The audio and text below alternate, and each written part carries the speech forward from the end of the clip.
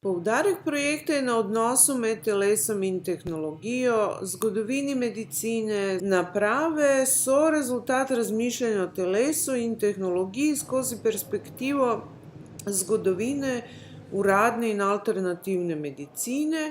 Antropomorfni agenti, v tem primeru objekta A in B, skozi katere se raziskovanje odvija, so navdahnjeni z dolgo zgodovino animizma kot projekcije zavesti v naravo ter z mitologijo, zlasti grško, navezujejo pa se na medicino, taoizem ter sodobne agente umetne inteligence. Medtem ko raziskujem in analiziram preteklost, sedanjost in potencialne prihodnosti, razmišljam o stanju stvari in možnih scenarijih za prihodnost. Antična zgodovina je v razmerju med telesom in medicinsko tehnologijo, čeprav gre za temelj sodobne znanosti, naselila in v njem prepletala tudi mitološko in magično, ki se je pripisovalo rastlinam in mineralom, med drugim tudi zaradi halucinogenih in blažilnih učinkov teh rastlin. Sodobne prakse pomlajevanja vključujejo ekstremne oblike prehranjevanja, uporabe velikih količin prehranskih dodatkov in ukvarjanje s športnimi aktivnostmi z namenom doseganja in ohranjanja odlične psihične in telesne pripravljenosti. Medicinski posegi vključujejo tako kozmetične korekcije telesa, kot tudi sistemske posege, ki sodijo vsaj za večino nas v domeno futurizma, in ker se razmišlja in deluje v smeri zdravljenja z matičnimi celicami in geni, uporabe nanotehnologij, gojenja nadomestnih organov in razvoja novih vrst zdravil, vključno z novimi načini uporabe že znanih zdravilnih pripravkov in snovi. Ob vsem tem obstaja tudi možnost krioprezervacije telesa, ki jo dopolnjujejo špekulacije o možnosti hrambe posameznikove zavesti v virtualnih svetovih.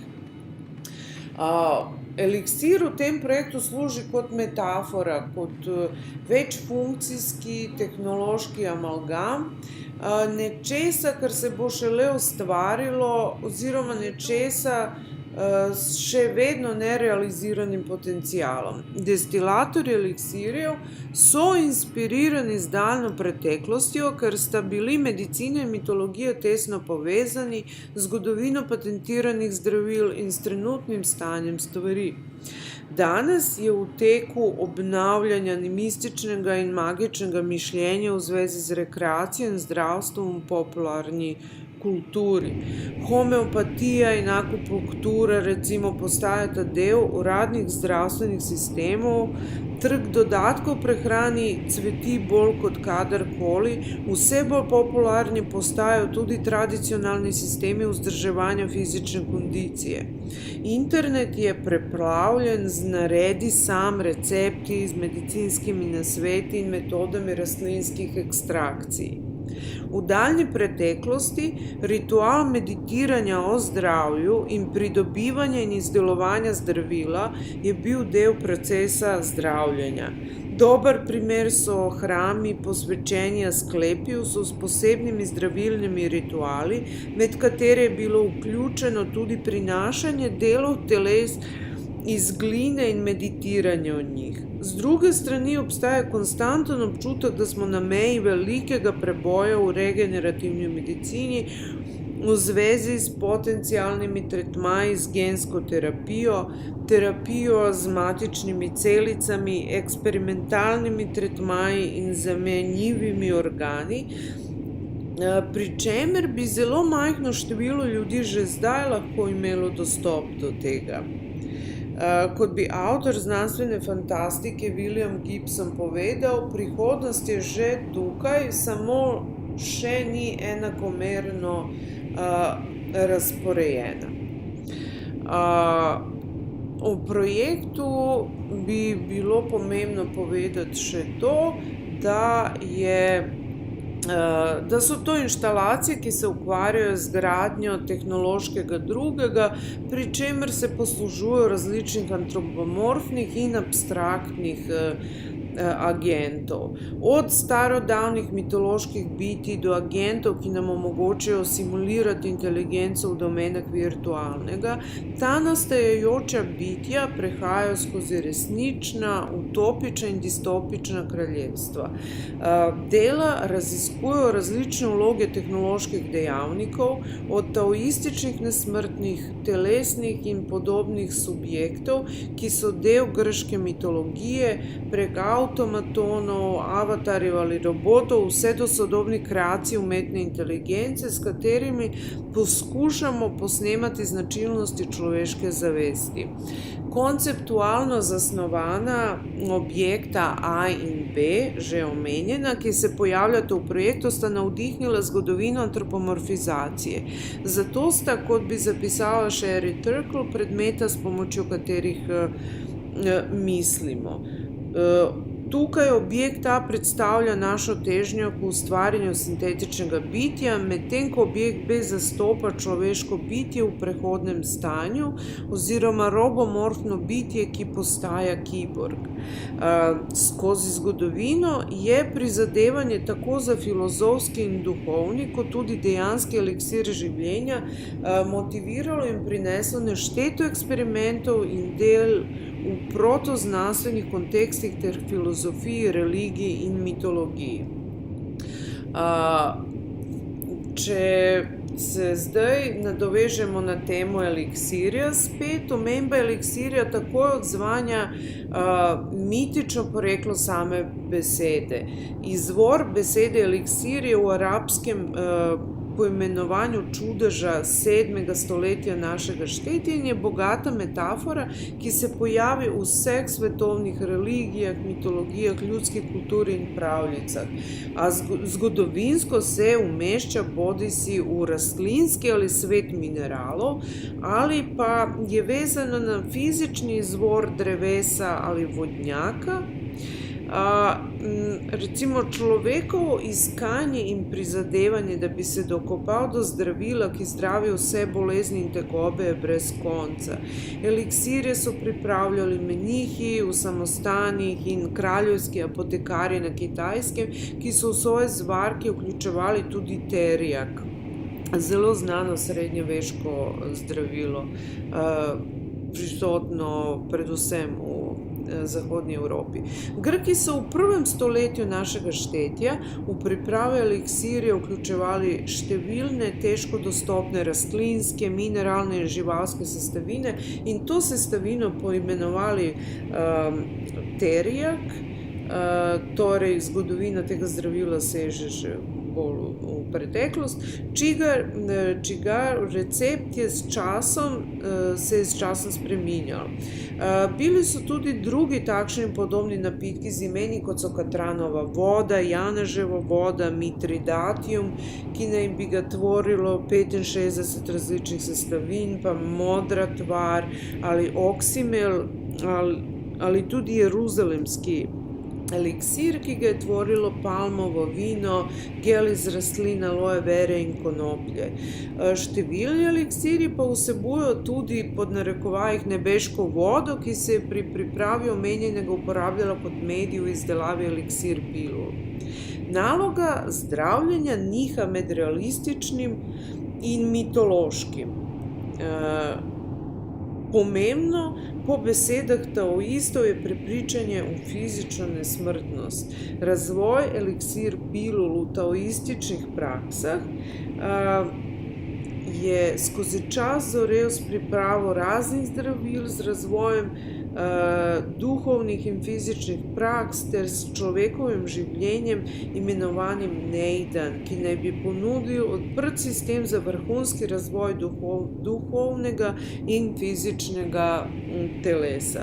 Človeško telo tako postane peč, s katero človek kultivira duha in tako proizvaja svoje notranje pilule ali duhovni eliksir. Eliksir je zdravilo, a lahko postane tudi strup, vse je odvisno od odmerka in načina jemanja. Pristop, ki se poraja tudi v homeopatiji in podobnih protoznanstvenih metodah, je znan tudi v sodobni znanosti. To je uporaba metode, pri kateri zdravilo vsebuje tudi snov, ki naj bi bolezen povzročala. Sodobne raziskave, ki se ukvarjajo s podaljševanjem življenja in celotno področje, ki zadeva biohakiranje, tako imenovano, postajajo vse bolj razširjena z novimi spoznanji in tehnologijami, da vsak dan izumljamo in na trg, ki ni zanemarljiv, plasiramo nova zdravila, nova zdravljenja in prehranska dopolnila. Tukaj tudi znova uporabljam različne oblike antropomorfnih sredstev na temo vrtov. Sredstev za nadaljevanje raziskovanja odnosa med telesom, umom in tehnologijo.